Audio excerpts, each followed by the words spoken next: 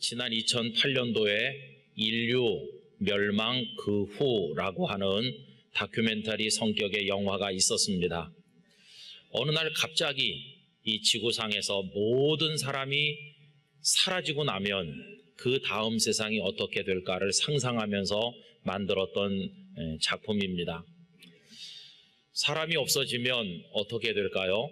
처음에는 별 문제가 없는 것처럼 보입니다. 모든 게 다 정상적으로 작동하는 것 같지만 조금 있으면 사람이 기름을 발라주지 않기 때문에 기계가 멈추게 되고 전기 공급이 끊어지게 되고 배관이 얼어서 다 터지게 되고 음식물이 다 썩게 되고 그리고는 곳곳에 나무들이 자란 밀림처럼 되면서 동물들이 도심 한복판에 출현하게 되고 견고한 콘크리트 구조물 또 철골 구조물들이 부식이 되면서 다 무너져 내리는 그 다음 이야기들을 보여주고 있습니다. 그런데 저는 그 작품을 보면서 사람이 사라진 한참 후의 장면이 제 마음속에 충격이 됐던 게 아니라 사람이 딱 사라진 바로 그 순간에 그 모습이 더 마음에 충격적으로 다가왔습니다. 여러분, 고층 건물이 다 그대로 있고 멋진 주택들과 자동차들이 그대로 있고 슈퍼마켓과 그리고 상점의 백화점의 물건들이 그대로 있고 에스컬레이터는 자동으로 움직이고 전광판은 계속 뭔가를 사람들에게 보여주고 그리고 교통신호등도 색깔을 별로 계속 바뀌면서 모든 게 다 정상적으로 작동하지요. 사람만 거기 있으면 충분히 살 수 있는 모든 조건이 100% 완비되어 있는 겁니다. 그런데 다 있는데 사람만 없습니다. 그때 그 느낌이 아주 기괴하고 또 섬찟하고 흉흉하고 이상한 느낌을 받을 수밖에 없었습니다. 여러분, 다 있는데 사람만 없는 그 이상한 상황, 그런 거를 살면서 경험해 보시지 않습니까? 저희 부모님께서는 목표에 짐된다고 걱정하시면서 부산에 내려와 사는 걸 원하지 않으시고 거의 끝까지 서울에서만 두 분이 사셨습니다. 그런데 연세가 많아지시니까 말년에는 어쩔 수 없는 상황이 오게 됐습니다. 한 번은 전화를 하셔서 목사, 우리가 많이 아픈 것 같다. 놀래서 올라왔더니 피골이 상접해 계셨습니다. 부산으로 모시고 가서 입원을 하고 한 달 정도 지났더니 다시 살이 찌시고 뽀얗게 되셨어요. 원인을 알고 보니까 무슨 특별한 병이 있었던 게 아니라 90 넘으신 어르신들이 뭐 음식 만들어 잡수시는 게 귀찮으니까 한 끼 굶고 한 끼 금식하고 한 끼 건너뛰고 이렇게 하다 보니까 영양실조가 되신 거였어요. 그래 이제 아버님이 한 95, 6세 됐을 때 부산에 오신 걸로 기억하는데 그 다음부터는 올라가시지 못하게 했습니다. 사택에 방을 하나 치우고 장롱을 하나 사다 였고 옷가지를 몇 가지 사드리고 이젠 여기 같이 삽시다 이렇게 하셨어요. 그때부터 저희 집에 그녀가 그 두 분을 이제 모신다고 수고를 했습니다. 나중에는 장모님도 저희들이 모시다가 이제 하늘나라 가셨거든요. 그래서 세 어르신이 다 떠난 다음에 제가 특별 보너스로 성지순례 보내드렸습니다. 근데 부모님께서 이제 부산에 내려오시고 나니까 문제가 뭐냐면 여기 사시던 집이 그게 문제가 됐습니다. 그래서 이제 몇 달 후에 의논을 한 끝에 집을 어떤 형태로든 정리를 해야 되겠다 해서 제가 올라왔거든요. 아파트 문을 열고 들어가니까 어땠을까요? 모든 게 그대로 있죠. 옷이 다 장롱 안에 그대로 있고 부엌 살림 그대로 있고 아파트니까 중앙 난방을 해가지고 집도 따뜻하고 냉장고도 몇 달 동안 알아서 혼자 잘 돌아가고 모든 게 다 그대로 있죠. 그러면 거기 그 공간이 정이 가는 공간일까요? 아니요. 모든 게 다 그대로 있지만 아주 이상한 느낌으로 다가왔습니다. 왜 그럴까요? 거기 인기척이 없잖아요. 거기 사람이 없기 때문에 살만한 공간이 아닌 것처럼 느껴지게 되었습니다. 여러분, 우리 사람은 참 특별한 존재라고 생각이 들어요. 그 남아있는 모든 옷가지며 물건이며 그 모든 것들이 사람이 있어야 활기를 띠게 되고 거기 사람 살만한 곳으로 느껴지게 되는 것입니다. 우리 사람은 겨우 36.5도밖에 안 되지만 뜨거운 태양빛보다 더 사람들의 마음을 따뜻하게 달궈줄 수 있는 게 우리 사람인 것입니다. 아무리 햇빛이 쫙 내리비쳐도 거기 인적이 뚝 끊어지고 나면 냉기가 돌아서 사람이 살 수 없는 곳이 되는 것입니다. 그러나 여러분, 누추하고 초라한 집이라 할지라도 그 안에 사람이 있어서 등불을 밝히고 있으면 그 집을 향해 가는 가족들의 마음이 따뜻해지고 얼굴에 미소가 번지고 그 발걸음을 재촉해서 달려가게 될 것입니다. 여러분, 그렇게 만드는 힘을 가진 존재가 바로 사람인 것입니다. 이 세상에 존재하는 그 모든 것들 가운데 사람보다 더 귀한 것이 있을까? 여러분, 우리 자신도 소중하고 우리 곁에 있는 모든 사람이 다 소중하고 아름다운 존재인 것입니다. 그런데 이 특별한 존재 사람 어디서 왔나요? 우리 아버지 하나님께서 지으셨습니다. 세상에 존재하는 모든 삼라만상이 하나님께서 창조하신 피조물이죠. 여러분, 하나님의 창조 세계가 얼마나 놀랍습니까? 하나님께서는 말씀으로 이 세상을 창조하셨습니다. 어떤 사람은 트집을 잡기를, 아이고 좀 정성을 더 많이 기울이셔야지, 그냥 말씀 툭 한마디 뱉어가지고 이렇게 성의 없이 만드시면 어떡하냐고, 좀 심혈을 기울여서 만드셨으면 세상이 더 멋있었을 텐데, 어떤 사람은 그렇게 말하더라고요. 그런데 여러분, 우리 하나님은 오래 생각할 필요가 없는 완전하고 충분하신 하나님이십니다. 말씀으로 지으신 그 세상 속에 얼마나 오묘하고 신비한 것이 가득 차 있는지 사람이 평생 생각해도 생각조차 할 수 없는 놀라운 것들이 이 세상 속에 들어있지 않습니까? 우리 눈에 보이지 않는 미세한 세포로부터 역시 우리 눈에 보이지 않는 광활한 우주에 이르기까지 그 모든 것 속에 하나님의 지혜와 하나님의 능력이 고스란히 담겨 있는 것을 우리가 알질 않습니까? 창조주 하나님은 위대하시다. 여러분, 하나님께서 모든 것들을 다 만드셨어요. 그리고 하나님께서는 아까 말씀드린 그 소중하고 귀중한 존재인 우리 사람도 만드셨습니다. 그런데 하나님께서 사람을 만드신 것은 그 나머지 것들을 만드신 것하고는 아예 차원이 다를 정도로 더 놀랍고도 특별한 방식으로 우리 사람을 만드셨습니다. 우선 첫째로 하나님께서는 우리들을 하나님 당신의 형상을 따라 지으셨습니다. 그것이 오늘 본문 26절과 27절인데 우리 다 같이 소리내서 읽어보겠습니다. 하나님이 이르시되 우리의 형상을 따라 우리의 모양대로 우리가 사람을 만들고 그들로 바다의 물고기와 하늘의 새와 가축과 온 땅과 땅에 기는 모든 것을 다스리게 하자 하시고, 하나님이 자기 형상 곧 하나님의 형상대로 사람을 창조하시되 남자와 여자를 창조하시고. 아멘. 하나님께서 당신의 귀하신 형상을 따라 우리를 지으셨습니다. 그런데 지으시는데 말씀으로 이렇게 지으신 게 아니고 우리는 직접 빚어 만들어서 지으셨는데, 창세기 2장 7절은 다음과 같이 기록하고 있죠. 여호와 하나님이 땅의 흙으로 사람을 지으시고, 한번 상상해 보세요. 이렇게 눌러가면서 이렇게 쓰다듬어 가면서 우리를 만드셨어요. 그리고 그 속에 생기를 그 코에 불어넣으시니 사람이 생명이 된지라. 할렐루야. 거울 앞에 서시거들랑, 아, 하나님이 날 빚어 만드셨다. 약간 불만 있는 분도 있을 거예요. 왜 이렇게 빚으셨냐 하고. 그렇지만 하나님께서 우리를 빚어 만드셨어요. 무엇보다 하나님의 생명의 기운, 하나님의 영을 우리 속에 호하고 불어넣으셔서 우리가 세상의 나머지 것들과 구별되는 생명이 되게 하신 것입니다. 그뿐 아니라 하나님께서는 우리들에게 복을 주시고 세상 모든 걸 우리에게 맡기시는데, 여러분 28절부터 보시기 바랍니다. 하나님이 그들에게 복을 주시며 하나님이 그들에게 이르시되 생육하고 번성하여 땅에 충만하라, 땅을 정복하라, 바다의 물고기와 하늘의 새와 땅에 움직이는 모든 생물을 다스리라 하시니라. 하나님이 이르시되 내가 온 지면에 씨 맺는 모든 채소와 씨 가진 열매 맺는 모든 나무를 너희에게 주노니 너희에게 먹을 거리가 내가 되리라.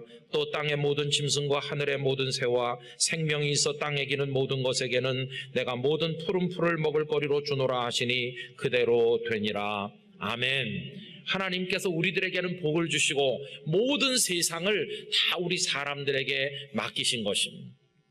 그래서 여러분, 삼라만상도 아름답지만 그 속에 거니는 우리 사람은 최고로 멋진 존재가 되었음을 우리가 깨닫게 되는 것입니다. 최고의 디자이너이신 하나님께서 세상을 만드시고 우리를 만드셨어요. 그래서 이걸 바라보면서 하나님의 세계가 얼마나 아름다운가를 깨닫는 영의 눈이 열렸던 다윗은 시편 8편에서 다음과 같이 노래하였습니다. 사람이 무엇이기에 주께서 그를 생각하시며 인자가 무엇이기에 주께서 그를 돌보시나이까. 그를 하나님보다 조금 못하게 하시고 영화와 존귀로 관을 씌우셨나이다. 주의 손으로 만드신 것을 다스리게 하시고 만물을 그의 발 아래 두셨으니 곧 모든 소와 양과 들 짐승이며 공중의 새와 바다의 물고기와 바닷길에 다니는 것이니이다. 여호와 우리 주여, 주의 이름이 온 땅에 어찌 그리 아름다운지요. 이렇게 하나님을 찬양하였습니다.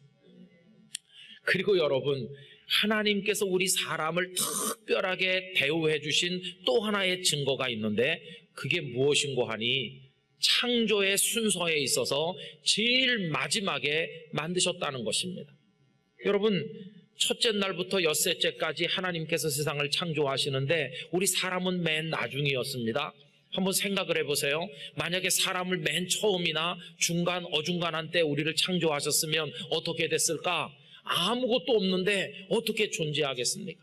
먹거리도 아직 없는데 어떻게 우리가 살 수 있겠습니까? 그런데 하나님께서는 빛을 만드시고 하늘과 땅과 바다와 모든 걸 만드시고 그 가운데 거하는 모든 생물, 식물들을 다 만드시고 맨 마지막에 사람을 세상이라는 무대 위로 등장시키신 것입니다. 여러분, 예술의 전당 같은 데서 공연할 때 보세요. 무대 위에 준비가 완벽하게 갖춰지고 객석에 다 사람들이 들어차고 나면 맨 마지막에 그날의 주인공이 등장하지 않습니까? 무슨 경축일이 되면 모든 사람들이 다 앉은 다음에 대통령이 맨 마지막에 등장하지 않습니까? 여러분, 세상이라는 무대가 완벽하게 갖춰진 다음에 이 세상의 주인공인 사람을 하나님께서는 맨 나중에 무대 한복판으로 등장시켜 주신 것입니다. 그걸 통해서 하나님께서 우리를 얼마나 귀하게 여기시는지를 보여주셨다는 것입니다. 그래서 여러분, 첫째 날부터 하나님의 창조가 진행되는데 그것들도 아름답죠. 그래서 하나님께서는 보시기에 좋다고 하셨어요. 그러나 맨 마지막에 사람이 무대 위에 탁 서고 나니까 표현이 달라졌어요. 그냥 보시기에 좋은 정도가 아니었습니다. 뭐라고 하셨습니까? 심히 좋다고 하셨어요. 이 심히는 시간이 없어서 그렇지 1시간은 해야 돼요. 이렇게 해야 됩니다. 한번 읽어보겠습니다. 31절 말씀 다 같이 읽겠습니다. 하나님이 지으신 그 모든 것을 보시니 보시기에 심히 좋았더라. 저녁이 되고 아침이 되니 이는 여섯째 날이니라. 할렐루야. 사람을 만드시기 직전까지 창조된 것들도 아름다웠지만 사람은 창조의 완성과 같았어요. 거기 사람이 등장하고 나니까 보시기에 심히 좋았다는 것입니다. 교우 여러분, 저도 그렇고 우리 영락 가족들도 하나님께서 내려다보실 때 보시기에 심히 좋은 인생을 만들어 가시기를 기원합니다. 그저 그런 인생이 아니라 보시기에 심히 좋은 인생을 살아야 될 텐데 그 비결이 뭔지 아세요? 방금 전에 말씀에 해답이 다 제시됐어요. 무엇이 등장하니까 보시기에 심히 좋아졌습니까? 사람이죠. 사람이 등장하는 순간 심히 좋아졌잖아요. 우리 인생을 하나님께서 보실 때 심히 좋은 삶으로 만드는 비결이 뭐냐 하면요, 우리 인생의 뜰에 사람들이 등장하도록 살아가는 것입니다. 우리 인생의 뜰하게 많은 사람들이 와서 환하게 웃도록 하면서 살아가면 우리 인생은 보시기에 심히 좋은 삶이 될 수가 있을 것입니다. 첫째 날부터 6번째 날 사람을 만드시기 직전까지 창조된 모든 것을 한마디로 말하면 물질 세상이라고 할 수 있습니다. 물질도 물론 귀하죠. 그러나 물질만 가지고는 그냥 보기에 좋은 것으로 끝났습니다. 그런데 거기 사람이 등장하니까 보기에 심히 좋아진 것입니다. 그런데 여러분, 이 원리를 사람들이 깨닫지를 못해요. 그래서 사람들은 첫째 날부터 사람이 창조되기 직전까지 창조된 그 물질만을 좋아하는 거예요. 그 물질이 자신의 삶을 심히 좋게 만들 것으로 착각하고 있습니다. 그런데 물질만으로는 안 돼요. 우리 집에 아무리 1억 1,000만 금이 있어도 안 되는 것이에요. 우리 집에 기가 막힌 다이아몬드 보석 반지가 있어도 그거 가지고 내 인생이 심히 아름다워지지는 않습니다. 내 인생의 뜰하게 많은 사람들이 들어와 있어야 되는데, 사람들은 그걸 몰라서 당신이 들어와서 우리 집 뜰에 꽃을 밟지 않았느냐고, 우리 집안의 가구를 망가뜨리지 않았느냐고 다 나가라고 그러면서 인생의 뜰 바깥으로 사람들을 밀어내.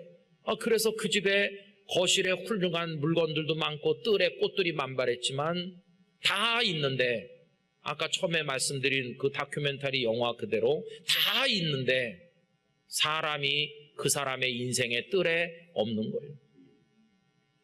기괴한 인생, 왜곡된 인생, 잘못 산 인생이 되고 마는 것이죠. 그런데 너무나 많은 사람들이 그렇게 살고 있어요. 소유에는 성공했는지 모르지만 사랑에는 실패한 사람이 얼마나 많은가. 인생의 끝자락에 1,000만 금을 손에 쥐고 있다 한들 내 곁에 아무도 없으면 그게 어떻게 하나님 보시기에 심히 좋은 삶이 되겠습니까?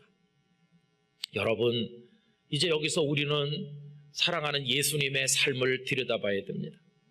예수님의 뜰 안에는 사람들이 많이 있었습니다. 제자들도 있었습니다. 앉아있기도 하고 서있기도 하고 예수님 곁에서 편안했습니다.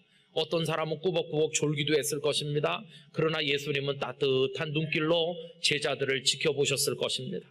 아픈 사람들도 그 뜰에 들어오고 가난한 사람들도 들어오고 애들도 들어와서 뛰놀고. 왜요? 예수님의 뜰에는 문이 없었기 때문인 것이. 누구든지 다 주님의 뜰 안에 들어갈 수가 있질 않았습니까? 주님의 눈에는 사람보다 더 귀한 것은 없었습니다. 그 무엇도 비교가 되지 않았습니다. 거라사 지방에 가셨을 때 무덤가에 귀신 들린 사람이 있었는데 그 사람을 온전하게 하시기 위해서 2,000마리도 넘는 돼지가 물에 빠져 몰살해도 눈 하나 깜빡하지 않으셨습니다. 그보다 10배, 1,000배 많은 희생을 치르고라도 사람을 건지셨을 우리 주님 아니십니까? 주님 말씀하시기를 한 사람의 값어치가 온 천하보다 귀하다고 말씀하신 주님이세요. 그래서 예수님의 뜰 안에는 누구나 들어와서 뛰고 놀고 거기서 쉬고 거기서 새 힘을 얻고 주님과 더불어 행복한 웃음을 지을 수 있는 바로 그런 뜰이었습니다. 예수님은 그런 삶을 통해서 하나님 보시기에 심히 좋은 삶이 어떤 삶인가를 우리에게 보여주신 것이에요. 그리고 참으로 놀랍게도 예수님의 그 뜰 한 모퉁이에 김은성 목사도 서 있는 것이고 우리 영락 가족들도 여기저기 서 계신 줄로 믿습니다. 우리를 당신의 뜰 안으로 불러주신 우리 주님께 감사와 찬송과 영광을 올리지 않을 수 없는 것입니다.